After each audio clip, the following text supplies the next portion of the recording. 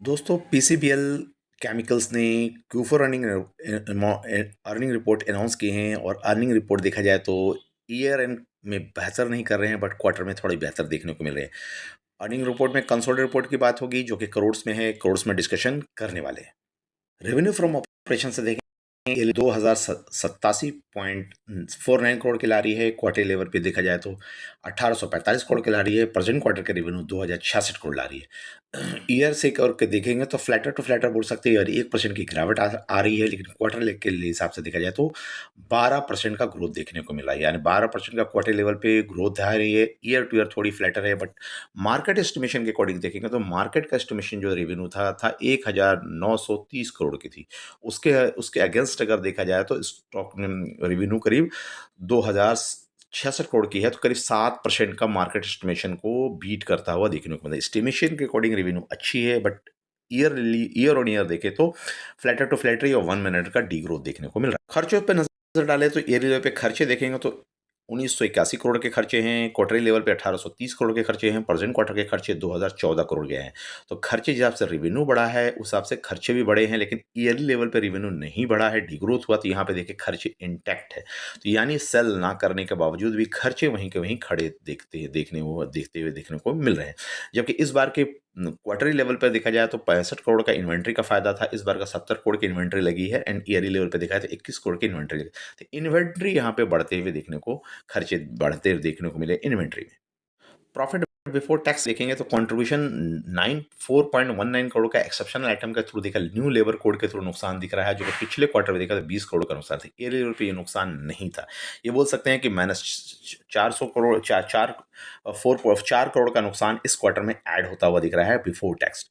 Then after tax and profit की बात करें तो प्रॉफिट देखेंगे तो 25 करोड़ की प्रॉफिट देखा जाए तो 100 करोड़ की प्रॉफिट निकाल रही है। ईयरली लेवल पे क्वार्टर लेवल पे 2 करोड़ का प्रॉफिट है। प्रेजेंट क्वार्टर का प्रॉफिट 40 करोड़ आया है। तो ईयर ऑन ईयर देखेंगे तो प्रॉफिट डाउन आपको देखने को मिलेगा। 60% प्रॉफिट डाउन होता आपको देखने को मिलेगा। क्वार्टर से जाएंगे तो प्रॉफिट में करीब करीब 2 करोड़ से 40 करोड़, यानी बोल सकते हैं कि 20x होता हुआ देखने को मिल रहा है। चलिए ईपीएस क्या निकाल रही है। ईयरली लेवल पे 2.64 का ईपीएस है। क्वार्टर लेवल पे 0.05 का ईपीएस है। प्रेजेंट क्वार्टर के ईपीएस देखेंगे तो 1.02 है।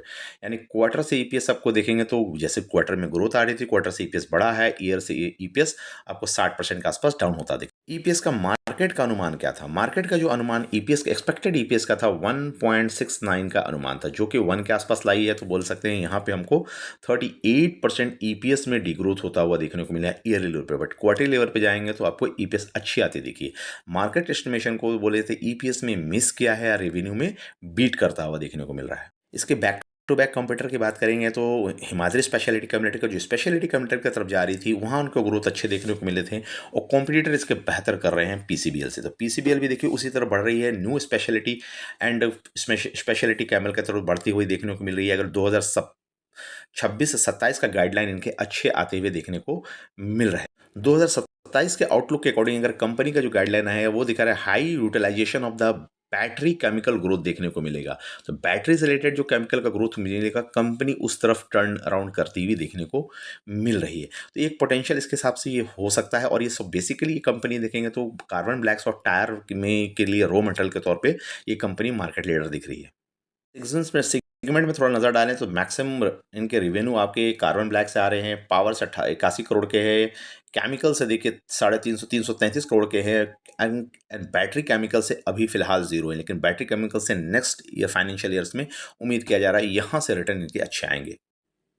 चलिए मार्जिन की बात करते हैं। मार्जिन देखिए तो 12%, 9%, 9.8%। देखिए मार्जिन आपको क्वार्टर से बढ़ा है बट ईयर से गिरा है, चूंकि प्रॉफिट घटी है। ये लेवल पे अगर नेट प्रॉफिट मार्जिन की बात करें तो 5% बोल सकते हैं, 0.11% और 2%, यानी क्वार्टर से मार्जिन बढ़ा है, ईयर से डाउन देखने को मिला। पीसीबीएल्स के नंबर्स तो देखे तो नंबर्स के अकॉर्डिंग देखा है तो मिले जुले नंबर्स दिख रहे हैं। ईयर में सेल्स में थोड़ा सा कंसर्न देखने को मिल रहा है।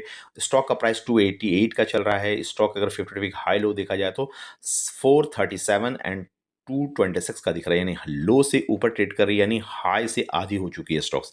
स्टॉक में पी का कंसर्न था, जो कि अभी भी कंसर्न बना हुआ है, अभी भी 42 के पी के आसपास आती दिख रही है, चूंकि ईपीएस ग्रोथ ज़्यादातर आता हुआ नहीं दिख रहा है। थैंक यू फ्रेंड, आपको एनालिसिस कैसा लगा? अच्छा लगा तो चैनल को लाइक करें, सब्सक्राइब करें एंड शेयर करें।